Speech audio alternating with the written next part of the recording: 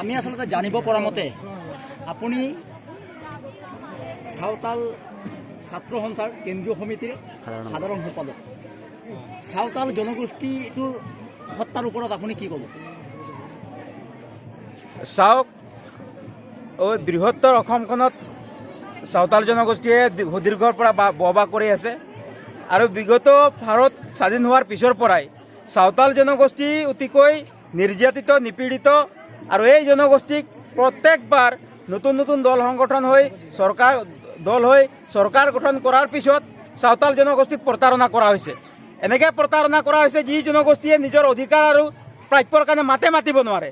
আজিৰ দিনত চাওক, 70 বছৰ উকলি যোৱাৰ পিছত এই সাঁওতাল জনগোষ্ঠীয়ে আজি এই নগাঁৱৰ বৰকন্দলিত আমি সাঁওতালী ভাষা বিজয় দিৱস পাতিছোঁ, কিন্তু অসম চৰকাৰে এই সাঁওতাল জনগোষ্ঠীক বৰ্তমান সময়ত এই সাঁওতাল জনগোষ্ঠীকে অসম চৰকাৰে চাহ জনগোষ্ঠী হিচাপে নামাকৰণ কৰি ভাৰত চৰকাৰৰ ওচৰত প্ৰতিবেদন দাখিল কৰি চাহ জনগোষ্ঠী হিচাপে জনগোষ্ঠীকৰণ প্ৰদান কৰাৰ চেষ্টা চলাইছে।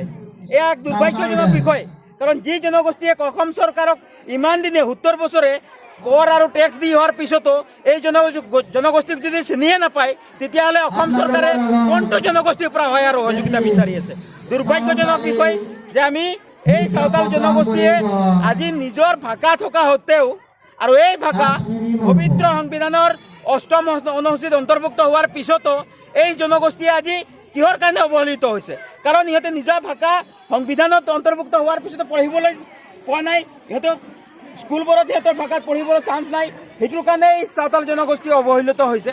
আমি এইখিনি মঞ্চৰ পৰাই আমি বৃহত্তৰ অসমত নেতৃত্ব দিয়া বৰ্তমানৰ অসমৰ মুখ্যমন্ত্ৰী ডক্টৰ হিমন্ত বিশ্ব শৰ্মা ডাঙৰীয়াক আহ্বান জনাইছোঁ। এই জনগোষ্ঠীক আৰু আপোনালোকে কিমান প্ৰতাৰণা কৰিব, কিমান প্ৰবঞ্চনা কৰিব, কিমান ঠগবাজ কৰিব?